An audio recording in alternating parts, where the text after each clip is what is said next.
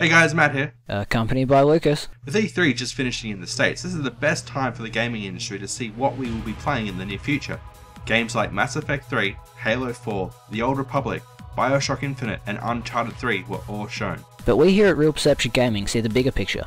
While all these games coming out are going to be the tits, we are more interested in what games are going to be like in 25 years. So without further delay, here's what we think games are going to look like at that time. Now it's important in any chat about future technology that we mention Moore's Law, established by Intel co-founder Gordon E. Moore. Gordon stated that the number of transistors that can be placed inexpensively on an integrated circuit doubles approximately every 2 years. The capabilities of many digital electronic devices are strongly linked to Moore's Law. Processing speed, memory capacity, sensors and even the number and size of pixels in digital cameras. All of these are improving at roughly exponential rates as well. This exponential improvement has dramatically enhanced the impact of digital electronics in nearly every segment of the world economy. Moore's Law describes a driving force of technological and social change in the late 20th and early 21st centuries. Moore noted that the number of components in integrated circuits had doubled every year from the invention of the integrated circuit in 1958 until 1965, and predicted that the trend would continue for at least 10 years. His prediction has proved to be uncannily accurate, in part because the law is now used in the semiconductor industry to guide long-term planning and to set targets for research and development. And now that boring stuff is out of the way, let's jump into the marginally more exciting part of this video.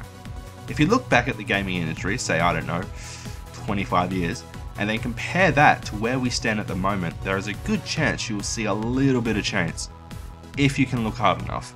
Attempted jokes out of the way, the industry has come a long way since 1986. If you were to jump in your DeLorean, set the date for 1986, and come out at the other side, you'll be playing games like Asteroids, Tetris, Lunar Lander, and the ironically named Time Pilot. All this while having to dodge the sexual advances of your mother. And since the roaring 80s, games have only gotten better, 2 worlds and prototype aside. The technology we have access to now, like Microsoft's Kinect, the PlayStation Move, and the motion controls of the Wii, are only the beginning of interactive games. Games of the future will forego standard controllers and take full advantage of total body control. Just think, we already have games that use your body as a controller. It's only a matter of time before you are able to take full control of your avatar and do things like running, sword fighting, shooting, and if the Mass Effect franchise is still running, have sex with alien characters without the aid of a controller. Furthermore, the need for heavy consoles and TVs will become irrelevant with the world around you becoming the arena. We've already seen very basic models of this with iPhone games. With the release of Fable 3, Lionshead Studio also released an iOS and Android game that allows you to walk around your city collecting gold, discovering hotspots and claiming territory for yourself. While this was a very basic form of social interaction gaming, it shows massive potential for where games will be.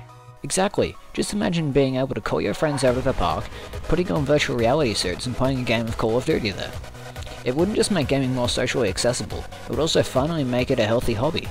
Of course, there are going to be some inherent safety issues, but with added attention and effort, gaming can be a new form of professional sport.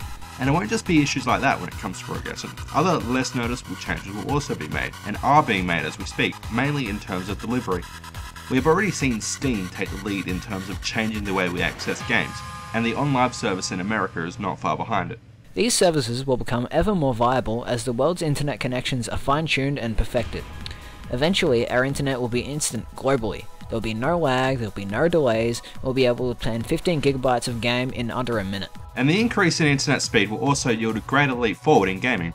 Imagine being able to play an MMORPG like World of Warcraft, but instead of sitting in front of your computer hotkeying items clicking when you want to attack, you're able to play as yourself, running around as yourself and doing all the fighting yourself with no drop-in and no lag. This will be the realization of a true virtual reality. Gaming has come a long way and it's going to keep evolving, and while yes, everything here is purely speculation, this is just the tip of what's going to happen. Gaming will become a hobby that everyone takes part in and everyone has a vested interest in. Leave us a comment telling us where you think the games will be in 25 years, and what you're looking forward to. You can either be within the next year or within the next 25 years. And please rate, comment, and subscribe, because that would be totally sick. See you guys. Peace, bitches! You know, that mum-related incest joke before will be lost on anyone who hasn't seen Back to the Future. Good. I don't want to appeal to anyone who hasn't seen Back to the Future.